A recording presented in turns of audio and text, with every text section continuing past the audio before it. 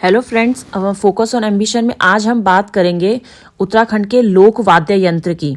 उत्तराखंड के लोक वाद्य यंत्र या उत्तराखंड में प्रयुक्त होने वाले पारंपरिक वाद्य यंत्र बिड़ाई, हुड़की, दमाऊ, ढोल, थाली आदि की जानकारी यहाँ दी गई है।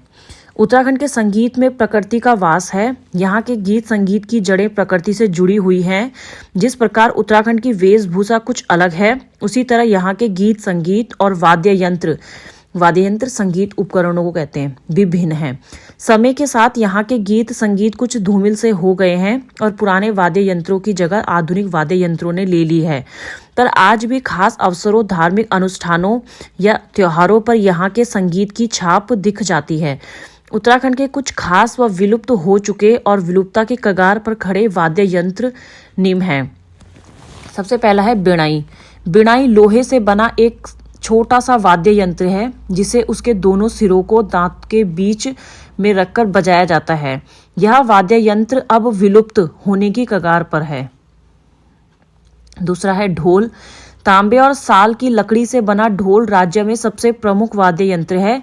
इसके बाएं खाल पर पूड़ी पर बकरी की और दाईं पूड़ी खाल पर भैंस या बारहसिंगा की खाल चढ़ी होती है। हुड़की या हुड़की यहाँ का महत्वपूर्ण वाद्य यंत्र है। इसकी लंबाई 1 फुट 3 इंच के लगभग होती है। इसके दोनों पुड़ियों को बकरी की खाल से बनाया जाता है। यह प्रेरक, प्रसंग, जागर तथा कृषि कार्यों में बजाया जाता है। यह 2 प्रकार के होते हैं, बड़े को हुड़ुक और छोटे को सैत्या कहा जाता है। दमाऊ को दमामा भी कहते हैं।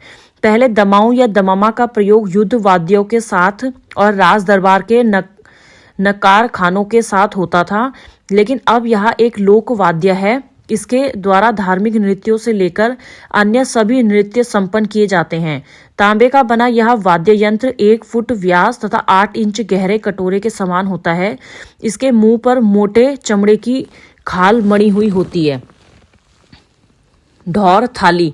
ढोर या डमरू, ढोर को डमरू भी कहा जाता है, यहाँ का प्रमुख वाद्य यंत्र है जिसे हाथ या लाकुड़ से तथा थाली लाकुड़ के ढोर से साम्य बनाकर बजाया जाता है।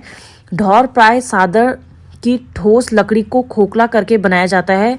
इसके दोनों ओर बकरे की खाल चढ़ी होती है। चर्म वाद्यों में ढोर ही एक ऐसा वाद्य है जिसे कंधे में नहीं लटकाया जाता है और इसे दोनों घुटनों में रखकर बजाया जाता है। मोछंग, यह लोहे की पतली सिराओं से बना हुआ छोटा सा वाद्य यंत्र है जिसे ओंठों पर रखकर एक उंगली से बजाया जाता है। ओंठों की हवा के प्रभाव और उंगली के संचालन से इसमें मधुर स्वर निकलते हैं। डफली, यह थाली के आकार का वाद्य है जिस पर एक और खाल चढ़ी होती है। इसके फ्रेम पर घुंघरू भी लगाए जाते हैं जो इसकी तालों को और भी मधुर बनाते हैं। मशकबीन, यह एक यूरोपीय वाद्य यंत्र है जिसे पहले केवल सेना के बैंड में बजाया जाता था। यह कपड़े का थैलीनुमा होता है जिसमें 5 बांसुरी जैसे यंत्र लगे होते हैं और एक नली फूंकने के लिए होती है। इकतारा, यह तानपुरे के समान होता है। इसमें केवल एक तार होता है, इसलिए इसे एक तारा कहा जाता है।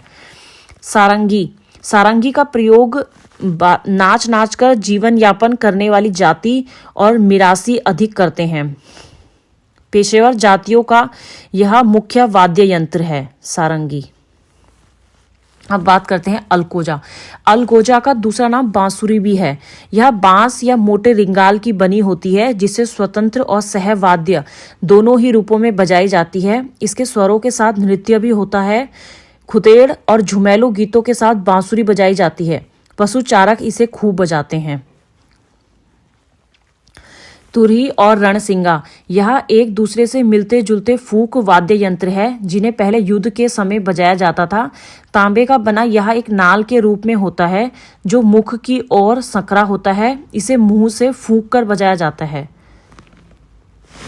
आज के लिए फोकस ऑन एम्बिशन में इतना ही था। आशा करती हूँ आपको मेरी ये वीडियो जरूर पसंद आई होगी।